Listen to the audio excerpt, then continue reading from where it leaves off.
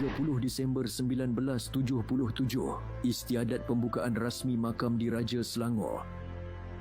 Pada hari ini dalam tahun 1977, istiadat pembukaan rasmi makam Diraja Selangor disempurnakan oleh Duli Yang Maha Mulia Sultan Salahuddin Abdul Aziz Shah Al-Haj, Ibni Almarhum Sultan Hisamuddin Alam Shah Al-Haj, Sultan Selangor di Bukit Melawati, Kuala Selangor, Selangor.